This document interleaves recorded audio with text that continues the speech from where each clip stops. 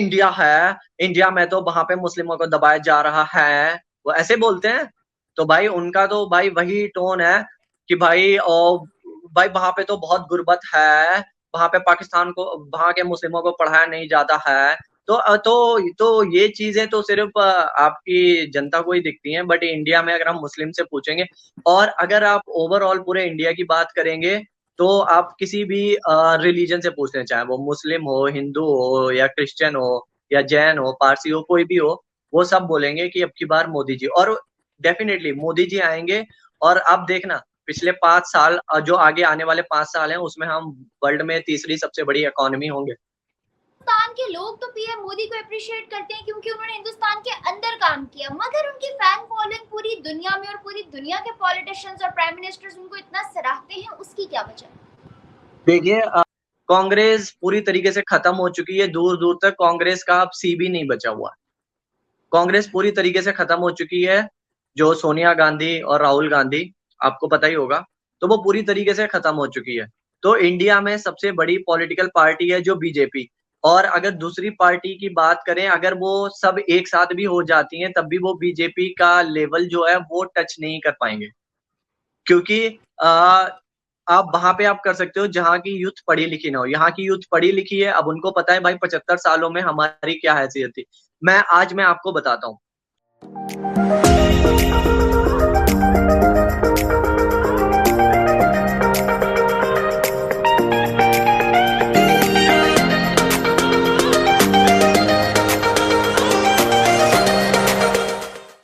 इसको भारत नाम लिया। मंडप में मोदी जी ने बहुत सारे वादे और दावे किए हैं आने वाली हुकूमत के लिए, आने वाले टेन्योर के लिए।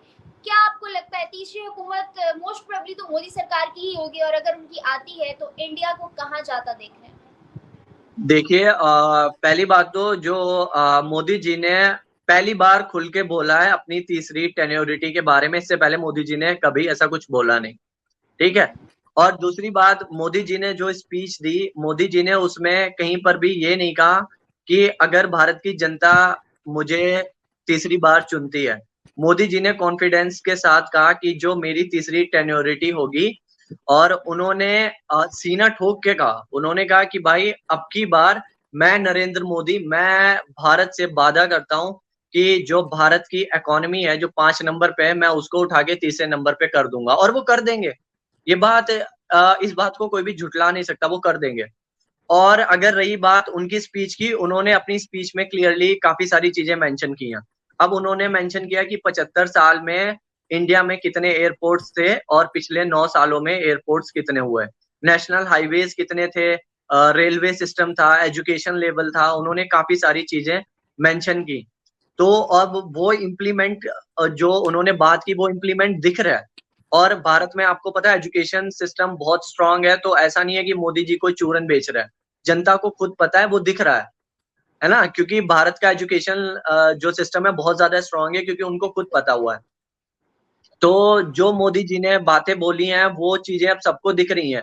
तो अगर आप, और मैं एक चीज और ऐड करूंगा, अगर आप भारत के मुस्लिम से भी अगर आप पूछेंगे कि अब की बार कौन, अगर आप यूपी में पूछेंगे, यूपी जो कि सबसे बड़ा स्टेट है, अगर आप यूपी में पूछेंगे मुस्लिम से, तो यूपी का मुस्लिम यही कहेगा कि अब की बार योगी सरकार, मोदी सरकार, अब की बार भी योगी जी आएंगे। तो लोग कहते हैं वहां पे मुस्लिम्स को दबाया जाता, मतलब लोग नहीं कहते, पाकिस्तान कहता है, आई एम सॉरी, पाकिस्तान कहता है कि वहां पे मुस्लिम जो हैं, इंडिया है, इंडिया में तो वहां पे मुस्लिमों को दबाया जा रहा है, वो ऐसे बोलते हैं।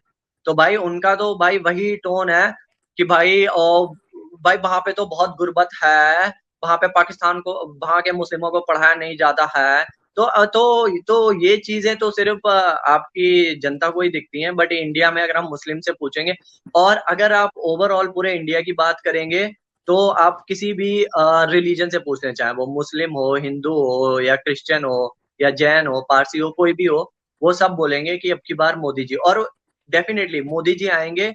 और आप देखना, पिछले 5 साल, जो आगे आने वाले 5 साल हैं, उसमें हम वर्ल्ड में तीसरी सबसे बड़ी इकोनॉमी होंगे। अरुण, इसके अलावा भी मोदी सरकार ने और भी बहुत से दावे किए हैं वहां मौजूद लोगों से, और अदर देन दैट पाकिस्तान की अगर बात की जाए तो हाँ, पाकिस्तान 90% लोग श्योर हैं इस चीज को लेके कि आने वाली सरकार इमरान खान की होगी, लेकिन पॉलिटिकल पॉइंट ऑफ व्यू से देखें तो कहा जाता है कि बिलावल भुट्टो की होगी।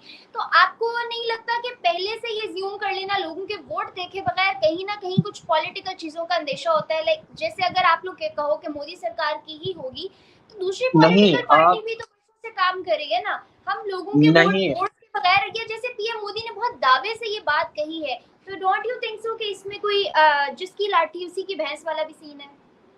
नहीं, जिसकी लाठी उसकी भैंस का नहीं है। मैं बताता हूँ, अभी कुछ दिन पहले जो बंगाल की सीएम है ममता बनर्जी, उनका एक वीडियो वायरल हो रहा था, जहाँ पे तमाम जो जो पॉलिटिकल पार्टीज हैं इंडिया की, वो सारे एक साथ बैठे थे, जिसमें वो कह रही थी कि अगर मोदी को हराना है तो इस देश में जितनी भी पॉलिटिकल पार्टीज हैं सबको एक साथ होना पड़ेगा। ठीक है। और जैसे यहाँ पे जैसे पाकिस्तान में पीडीएम बन गई, राइट? हाँ, मतलब वैसे ही। तो अब वो कह रहे थे मोदी को हराना है तो सबको एक साथ आना पड़ेगा। और इससे पहले भी, अगर हम मैं बिलोंग यूपी से करता हूँ, मैं रहता दिल्ली में हूँ क्योंकि यहाँ पे जॉब करता हूँ। इससे पहले भी यूपी में क्या हुआ था, जब बीजेपी का इलेक्शन हुआ था, जब हमारे योगी आदित्यनाथ इलेक्शन में खड़े हुए थे, तो वहां पे क्या हुआ था, वहां पे जो सपा, कांग्रेस और एक दो पार्टीज और थी, ये सब एक साथ आ गई थी।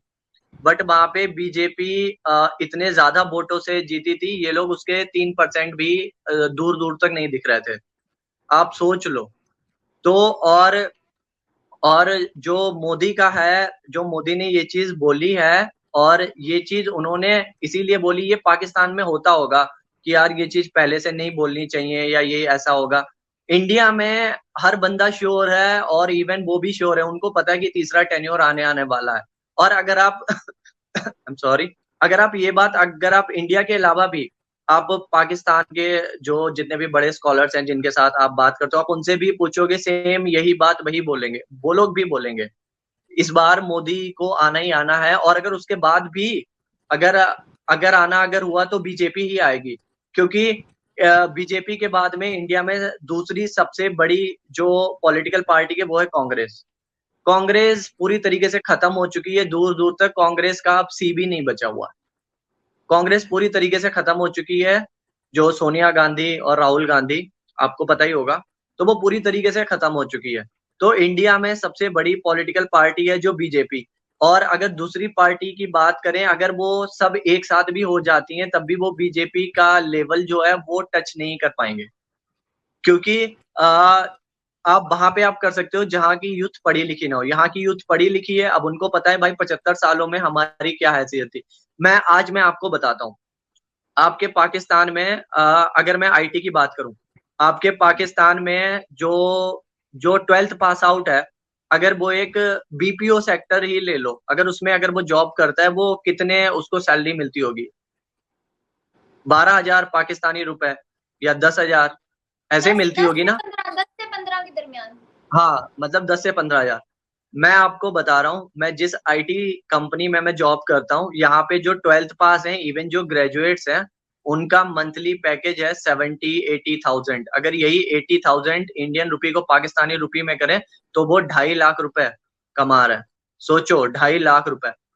और इवन अगर आप मेरी बात अगर आप करें तो मैं, आप पाकिस्तानी रुपए में अगर बात करें तो आप, मेरा बजट तो 3 लाख के ऊपर जाएगा। एंड इवन मैंने बस ग्रेजुएशन की है, अभी मैं एमबीए, मतलब एमबीए करूंगा। तो अब आप देख लो कितना डिफरेंस है। तो जो यहाँ का जो 12th पास भी है वो भी इतनी अच्छी अर्निंग कर रहा है बीपीओ इंडस्ट्रीज में जाके, क्योंकि जितनी भी बड़ी बड़ी बीपीओ आईटी कंपनीज हैं वो सबकी सब इंडिया में। और इंडिया में उनको पता है कि इंडिया से हमें ग्रेजुएशन की हमें जरूरत है। बट उनको पता है कि ग्रेजुएशन की जरूरत है, बट अगर हम यहाँ का 12th पास भी लेंगे, वो भी हमारे जो कंपनी के रोल्स हैं, जो भी उनकी पॉलिसीज है, वो उसमें फिट कर जाएगा, और वो कर जाते हैं। तो बहुत डिफरेंस है। तो मैं इसीलिए बोल रहा हूँ, अगर आप एजुकेशन सिस्टम को वो अ, अगर एजुकेशन सिस्टम पाकिस्तान का इम्प्रूव होगा, और जिस दिन पाकिस्तान का पीएम वो बनेगा जो पाकिस्तान में रहता है और जिसके बीवी बच्चे भी पाकिस्तान में रहते हैं, तो वही पाकिस्तान का भला सोच सकता है। क्योंकि बाहर वाला आएगा वो तो यही करेगा भाई, 1 साल 2 साल पता नहीं जब तक है, चलो यहाँ से पैसा भरो और बाहर ले जाओ और 20 बच्चों के साथ में ऐश करो। और अगर इंटरनेशनल ब्रांड्स की बात करें इंडिया और पाकिस्तान के, तो भारत के इंटरनेशनल ब्रांड्स क्या है? Google CEO, Adobe CEO Arun मुझे एक और बात बताओ, सेल्सफोर्स अरुण मुझे एक सीईओ। बात बताओ, एक हिंदुस्तान के लोग तो पीएम मोदी को अप्रिशिएट करते हैं क्योंकि उन्होंने हिंदुस्तान के अंदर काम किया, मगर उनकी फैन फॉलोइंग पूरी दुनिया में और पूरी दुनिया के पॉलिटिशियंस और प्राइम मिनिस्टर्स उनको इतना सराहते हैं, उसकी क्या वजह? देखिए, मैं वजह मैं बता देता हूँ। आज के टाइम पे यूएसए पूरी तरीके से इंडिया पे रिलायबल करता है, ठीक है। वो डिपेंड है, उसको पता है कि भाई अगर चाइना से पीछा छुड़ाना है तो इंडिया का हाथ थामना पड़ेगा, ठीक है। उसी तरीके से अगर आप इजिप्ट की बात अगर आप करें या आप किसी भी गल्फ कंट्री की बात करें या आप फ्रांस की बात करें, सबको पता है कि चाइना सभी देशों को कैसे खा रहा है। तो अगर चाइना से पीछा छुड़ाना है तो वहां पे जो चाइना और इंडिया का बॉर्डर है वहां पे हमें इंडिया से जो संबंध है वो अच्छे रखने पड़ेंगे। और यही बात मैंने स्टार्टिंग में मैंने बोली थी, उस टाइम पे हम वर्ल्ड लेवल पे इतने स्ट्रांग नहीं थे। और आज के टाइम पे अगर हम इंडिया और पाकिस्तान अगर कल को अगर हम जैसे अटैक करते हैं, अगर हम पाकिस्तान में घुसते भी हैं तो हमारे ऊपर इंटरनेशनली वो जो प्रेशर होता वो नहीं रहेगा। चाहे आप यूएसए ले लें, फ्रांस ले लें, यूके ले लें, वो प्रेशर हमारे ऊपर नहीं रहेगा। और ये बात मोदी जी ने एक इंटरव्यू में भी बोली थी, वो मैं आपको वीडियो सेंड करूंगा। जब उनसे किसी इंडियन जर्नलिस्ट ने पूछा था कि जब जब जब उरी हमला हुआ था, जब सर्जिकल स्ट्राइक हुई थी, तो उसने मोदी जी से पूछा था कि आपने सर्जिकल स्ट्राइक करवाई, आपको यूएसए का डर नहीं लगा कि आपके ऊपर इंटरनेशनल प्रेशर आएगा? तो मोदी जी ने हंसते हुए जवाब दिया था। मोदी जी ने कहा कि भारत 140 करोड़ आबादी वाला देश है, तो यूएसए वाले हम पे प्रेशर क्या डालेंगे, हम उल्टा उन पे प्रेशर डाल देंगे। यूएसए का प्रेशर आया था, बट हमने उल्टा उनके ऊपर इतना प्रेशर डाल दिया कि उन्होंने उन्होंने इंटरनेशनल मीडिया में खुल के बात ही नहीं की। और सच में कोई बात नहीं हुई थी, भारत ने खुद एक्सेप्ट किया था, इंटरनेशनल मीडिया में कुछ हुआ ही नहीं था। तो अब और अभी तो हम लोग वर्ल्ड में 5वीं सबसे बड़ी इकोनॉमी है और आने वाले टाइम पे तीसरी बन जाएंगे। तो अगर कोई सीन भी आता है तो हमें इंटरनेशनली हमें पूरा सपोर्ट हमें है। ना हमारे खिलाफ यूएस बोलने वाला, ना यूके बोलने वाला है, कुछ भी नहीं बोलने वाला। और अगर पाकिस्तान सोच रहा है कि उसको चाइना से हेल्प मिल जाएगी, तो चाइना हेल्प नहीं कर पाएगा, क्योंकि ये जितनी भी कंट्रीज हैं वो चाइना के ऊपर प्रेशर डाल देंगे फिर।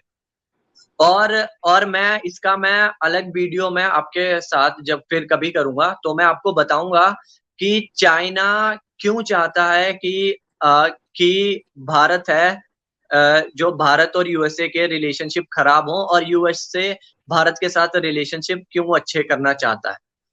मैं इस डन अरुण, हम नेक्स्ट वीडियो इसी टॉपिक पे रखेंगे। और hello, am I audible to you?